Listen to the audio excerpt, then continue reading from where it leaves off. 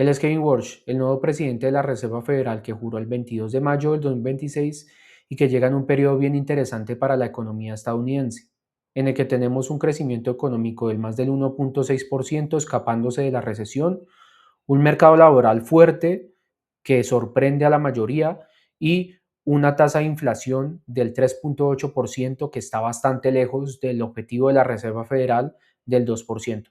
Primer decisión de tasas de interés bajo el nuevo presidente de la Reserva Federal se hará en 8 días, específicamente el 17 de junio del 2026, donde se espera con un 98% de probabilidad de que las tasas se mantengan estables.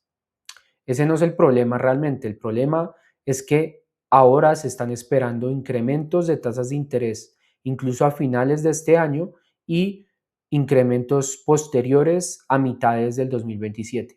Esto cambia bastante las proyecciones que se esperaban anteriormente cuando se estaba eligiendo al nuevo presidente. Yo creo que esta lectura puede estar incompleta, porque Walsh no está mirando solamente las tasas de interés. Walsh está mirando algo mucho más grande, el balance de la Reserva Federal, la relación entre la Reserva Federal y el Tesoro, Scott Bessent, y la capacidad de los bancos para comprar deuda, así como el rol que ha tenido el Banco Central sosteniendo los mercados desde el 2008. En este video quiero que exploremos por qué creo que el mercado está equivocado, cuáles son los retos que tiene Kevin Walsh y cuál va a ser el efecto en los mercados financieros. Walsh no quiere ser simplemente el nuevo presidente y ya, él quiere cambiar muchas cosas que cree que se han hecho mal en periodos anteriores. Él sí es duro contra la inflación y cree que la Fed cometió graves errores al dejar que la inflación se instalara. También cree que el Banco Central perdió credibilidad cuando se alejó de su mandato principal y empezó a imprimir dinero. Para Wars todo esto generó tres problemas. Primero, se distorsionó el precio del dinero. Segundo, se benefició principalmente a quienes ya tenían activos financieros. Y tercero, se acercó peligrosamente la política monetaria de la política fiscal.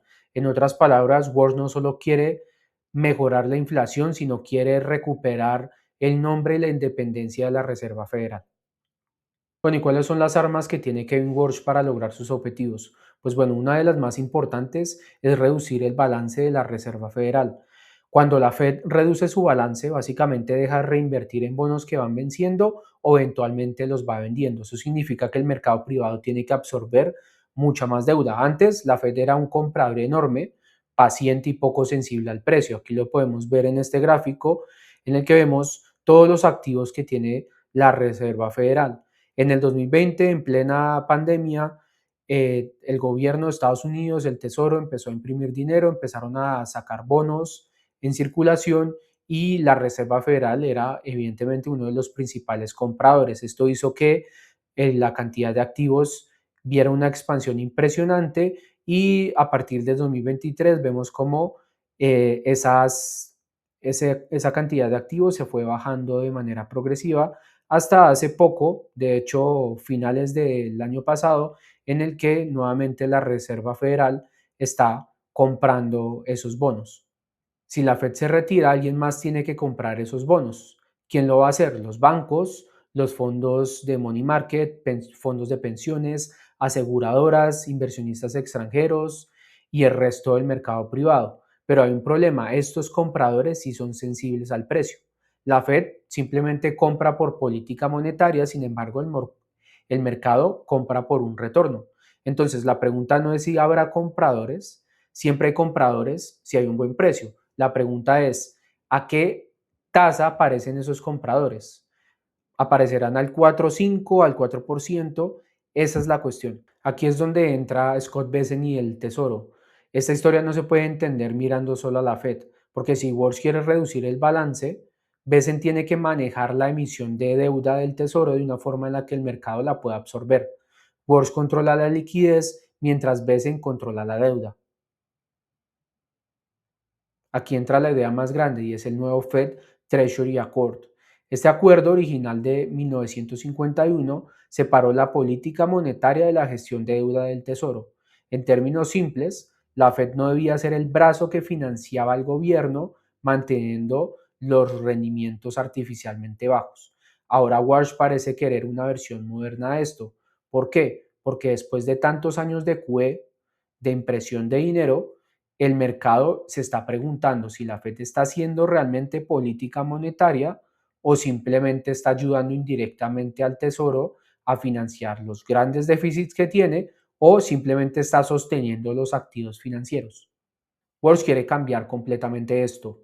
La versión positiva sería: la Fed se vuelve más pequeña, el Tesoro maneja mejor su deuda, el mercado privado vuelve a fijar los precios, la Fed recupera su credibilidad y el QE vuelve a ser una herramienta de crisis y no una política permanente. La versión peligrosa sería: el mercado interpreta demasiada coordinación entre la Fed y el Tesoro, empiezan a dudar de la independencia de la Fed, se exige más primas de riesgo y los yields de los bonos de largo plazo suben. Ese es el verdadero riesgo. No es solo si la Fed sube 25 puntos básicos. El verdadero riesgo es si el mercado pierde confianza en cómo Estados Unidos va a financiar su deuda sin la Fed como comprador marginal. Walsh, que por cierto no es la marioneta de Donald Trump, quiere lograr algo muy importante y es recuperar la confianza de los inversionistas a la Reserva Federal. Si él lo logra, va a hacer que las tasas de los rendimientos de los bonos de largo plazo bajen y eso efectivamente va a hacer que las expectativas de inflación también lo hagan. No va a ser sencillo. Esa integración entre el Tesoro y la Reserva Federal requiere una maniobra que tiene que estar muy bien aceitada, una maquinaria que tiene que estar muy bien aceitada y pues tenemos dos expertos, tanto Kevin Walsh como Scott Bessent, que pueden lograrlo. Es muy pronto para saber si lo van a lograr o no. En 8 días vamos a ver cuáles son las primeras noticias que nos tienen y cómo va a ser más o menos ese comportamiento de la Reserva Federal. ¿Cómo afecta todo esto a las acciones? Para las acciones la clave no es solamente las tasas de la Reserva Federal, la clave es la liquidez. Si Word reduce el balance lentamente, Besen maneja. ¿Cómo afecta esto a los mercados? Para las acciones la clave no es solamente las tasas de la Fed, es la liquidez. Si Word reduce el balance lentamente, Besen maneja bien la emisión, los bancos tienen capacidad de absorber los bonos y la inflación empieza a bajar, el mercado puede interpretarlo de manera positiva. Ese es el escenario ordenado. Bancos fuertes, curva más normal, inflación más creíble, la Fed más pequeña y el mercado de bonos estables. Pero si el mercado privado exige tasas más altas para absorber toda esa deuda, el ajuste puede venir por yields más largos, por las tasas de los bonos de largo plazo. Y estos bonos altos lo que significan son presión sobre el crecimiento, presión sobre tecnología con múltiples altos, presión sobre el real estate, sobre las hipotecas, sobre las small caps y más competencia para las acciones desde la renta fija. Además, si suben los yields largos mientras el déficit sigue alto, el costo de la deuda del gobierno sube.